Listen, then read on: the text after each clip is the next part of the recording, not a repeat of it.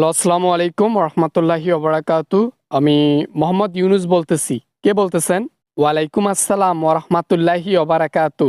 Sir, আমি একজন দিনমজুর রিক্সাওয়ালা, আপনাকে ফোন করেছি। আচ্ছা আচ্ছা আচ্ছা, বলো বলো। তারপর কি অবস্থা? কি মনে করে আমাকে হঠাৎ ফোন দেয়া? স্যার, কিছু গুজব শুনতেছি। আমরা টিভিতে, ফেসবুকে এবং নানান সোশ্যাল সাইটগুলোর মধ্যে দেখতেছি যে পেঁয়াজের দাম আজকে 70 টাকা কমাইছে, ব্রয়লার মুরগির দাম আজকে 200 টাকা কমাইছে। এই জিনিসগুলা কি? এইগুলা সব গুজব। কিছু লোক ভিউ পাওয়ার জন্য, কিছু লোক কিছু পোস্টে লাইক পাওয়ার জন্য এ ধরনের কাজ করে থাকে। এই জিনিসগুলোতে কেউ বিশ্বাস করবেন না।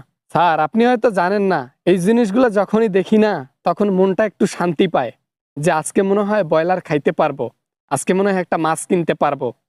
মিথ্যা হোক, কিন্তু ততক্ষণের জন্য, একটু সময়ের জন্য মনটা ভালো হয়ে যায়। আমি ঠিক বুঝি নাই, মিথ্যা খবর শুনে মন ভালো হওয়ার সাথে সাথ কি? একটু বুঝায় বলবেন প্লিজ। স্যার, আমার চাইতে আপনি ভালো বোঝেন। আমি মুখ্য সূক্ষ্ম মানুষ, কি আর বলবো। যাই হোক, বলি, মিথ্যা কথা শুনেও এই জন্য ভালো লাগে যেই মনে হয় স্বৈরাচার যাওয়ার সাথে সাথে নিত্যদিনের পণ্যগুলোর দাম কমে গেল, বুক থেকে পাথর নেমে গেল। আচ্ছা ভাই, আমি এখন বুঝতে পারছি যে আপনারা চাচ্ছেন যে গরিব একটা দেশের মধ্যে শুধু একটা জিনিসের কষ্ট, সেটা হচ্ছে জিনিসের দাম। জিনিসের দামগুলো কমানো হলে তাহলে মনে হয় ভালো হইতো, তাই তো বলতে চাচ্ছ নাকি? একদম স্যার, একদম ঠিক। আমরা উন্নয়ন দিয়ে কি করব যদি মানুষ না খেয়ে মারা যায়? আমরা উন্নয়ন দিয়ে কি করব যেখানে দেশের প্রতি ভালোবাসা নাই? মানুষ যেখানে অসুস্থ হচ্ছে না খেয়ে, সেখানে উন্নয়ন দিয়ে কি হবে? এজন্য বলি, কাঁচা বাজার মূল্য যেগুলো আছে, আমরা যারা গরিব মানুষ আছি, এখনো অনেক মানুষ আছে যে কিনে খাইতে পারি না। মাছ মাংস সপ্তাহে একদিন খাইতে পারি না। এই দামগুলো যদি একটু কমায় দিতেন তাহলে খুবই ভালো হইতো, খুবই ভালো হইতো। আমি তোমাদের কষ্টটা বুঝি।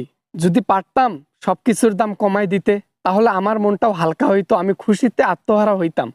কিন্তু এটা চেয়েও আমি পারতেছি না। এই জন্য দেশে অনেক ঋণ হয়ে গেছে। একজন স্বৈরাচার ঋণ করে গেছে। হ্যাঁ স্যার, আমরা দেশের মানুষ হয়ে এতটুকু যদি না বুঝি তাহলে বুঝবে বা কে? ঠিক আছে, 16 বছর যখন সহ্য করতে পেরেছি না খাওয়ার যন্ত্রণা, তাহলে না হয় আর কিছুদিন সহ্য করে নেব। তবে কথাগুলো মাথায় রাখিয়েন স্যার। তুমি যেগুলা বললা না, এগুলো আমি অনেক আগ থেকে ভাবি। দেশের মানুষকে কি আর আমি কম ভালোবাসি? আমি চাই যেন প্রতিটা ঘর 3 বেলা 3 মুঠো ভাত খাইতে পারে ঠিক মতো, 3 বেলা তরকারি খাইতে পারে ঠিক মতো। এগুলাই আমি চিন্তা করি। জি স্যার, আমরা গরিব মানুষ আর কিচ্ছু চাই না। আমাদের শুধু চাওয়া, শুধু খাবারের মূল্যটা যদি কমান, ব্যাস, আর কিচ্ছু চাই না, আর কিচ্ছু চাই না। দিন মজুর আমরা 300 টাকা কামাই না কেন, সমস্যা নেই, কিন্তু খাওয়া দাওয়ার জিনিসের দামগুলো যদি কমানো হয় না, তাহলে প্রতিদিন অন্তত ভালো কিছু খাইতে পারবো স্যার, ভালো কিছু খাইতে পারবো। খুব ইচ্ছা হয় একটা ইলিশ মাছ কিনে এনে বাসাতে বসে পরিবার সহ খাই, কিন্তু কিসমত এত খারাপ, কপাল এত খারাপ যে খাইতে পারি না। আহারে, কত কষ্ট মানুষের।